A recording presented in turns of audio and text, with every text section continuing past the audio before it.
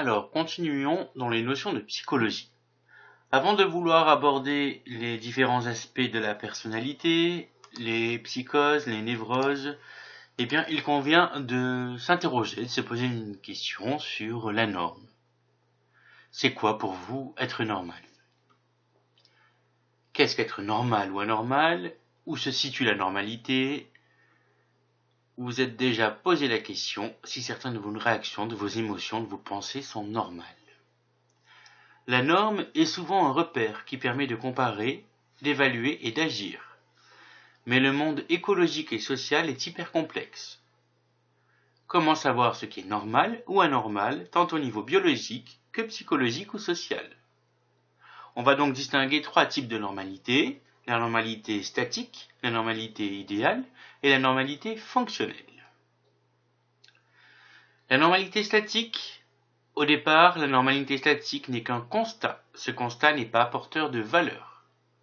La normalité idéale, c'est un idéal de comportement qui répond aux exigences d'une société. Et la normalité fonctionnelle, elle est définie par rapport au fonctionnement de l'individu lui-même. D'une manière individualiste, c'est le fonctionnement optimal d'un individu par rapport à ses capacités et potentialités propres qui représentent la normalité. Nous le voyons, la normalité, la norme, est un vaste débat, différent d'une civilisation, d'une culture ou d'un individu à l'autre. La réalité humaine est faite de diversité, de richesse. Chercher à imposer une norme, n'est-ce pas nier cette diversité?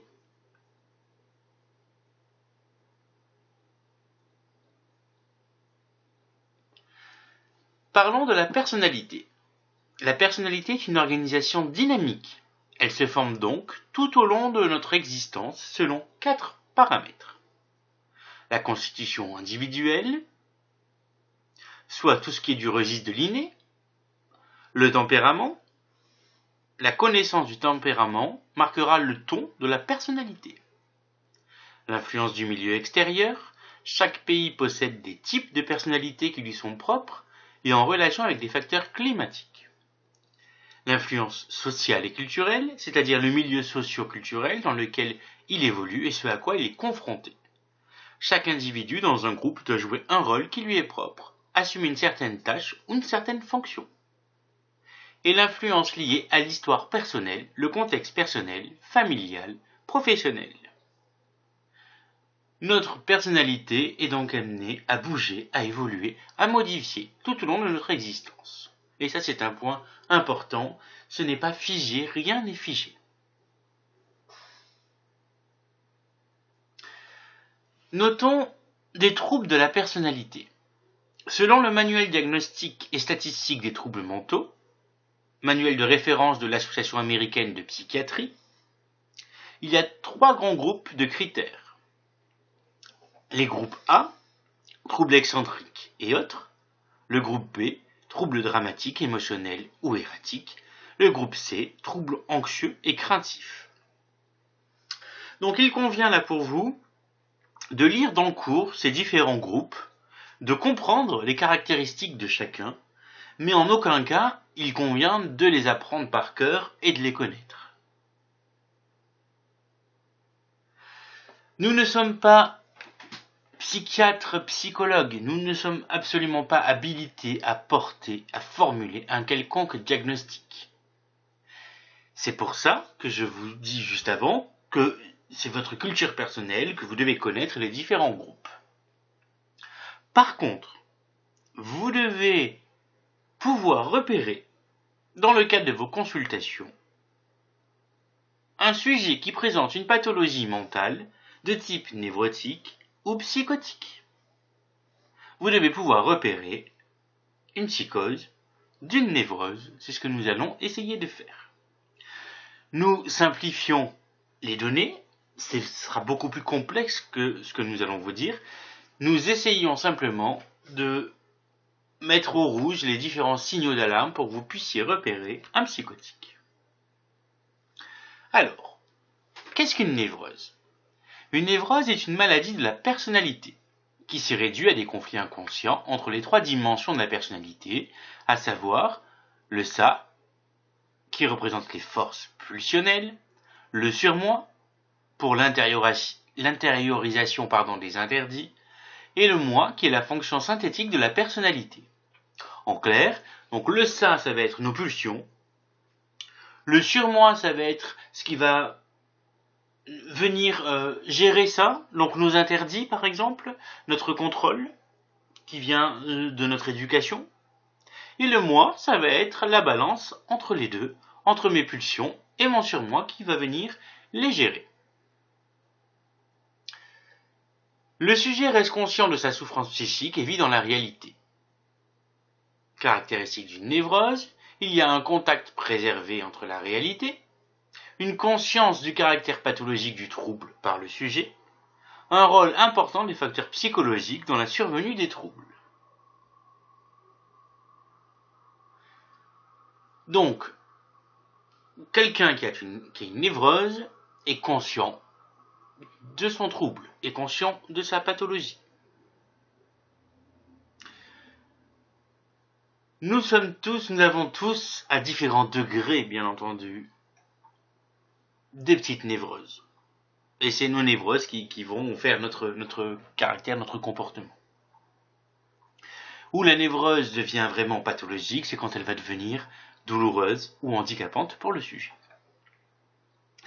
La psychose, quant à elle, désigne un état de la santé mentale jugé anormal. Il est notamment utilisé pour caractériser une forme classique mais sévère de troubles mentaux, durant lesquels des hallucinations et des illusions peuvent apparaître. Le sujet vit une perte de contact avec la réalité. La personne souffrant de psychose, parfois appelée psychotique, présente le plus souvent des troubles de la personnalité ainsi que des troubles de la pensée. À l'âge adulte, le trouble psychotique est complexe et le parcours de la personne est émaillé de crises.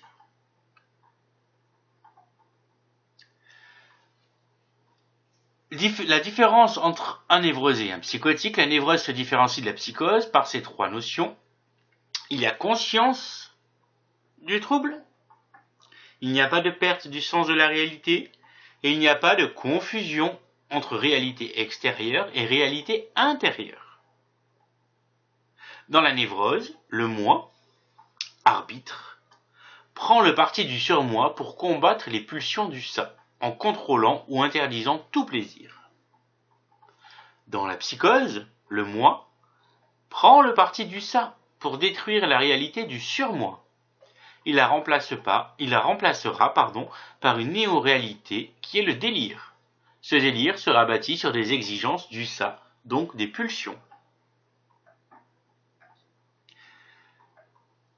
Le psychotique n'a pas conscience de son trouble. Pour lui, tout va bien. C'est les autres qui vont dysfonctionner. Lui fonctionne. Le psychotique ne va pas avoir conscience d'être totalement décalé de la réalité. Il ne va plus faire le distinguo entre son imaginaire et la réalité. Il est donc important de pouvoir repérer une phase délirante et savoir distinguer un névrotique d'un psychotique. Pourquoi ? Eh bien parce que la psychose est une contre-indication absolue à toute pratique, à toute prise en charge en sophrologie. Notre principe de réalité objective nous oblige à diriger un sujet repéré comme psychotique vers un personnel médical compétent, sans poser de diagnostic.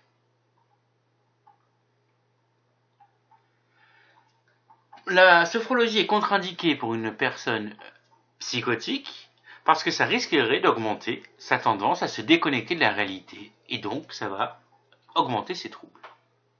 Alors rassurons-nous tout de même, nous ne voyons que peu de psychotiques en consultation, puisque le psychotique ne vient pas chercher de l'aide ou ne vient pas consulter, sauf s'il y est obligé, puisque, rappelons-le, pour lui, tout fonctionne.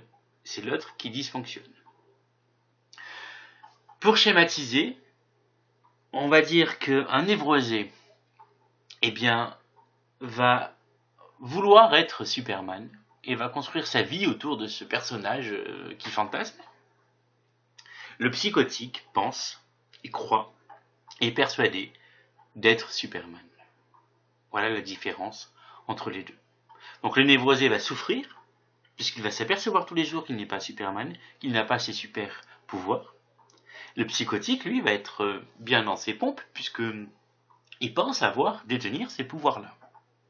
Donc attention, confusion entre réalité, imagination, et réalité vécue et perçue.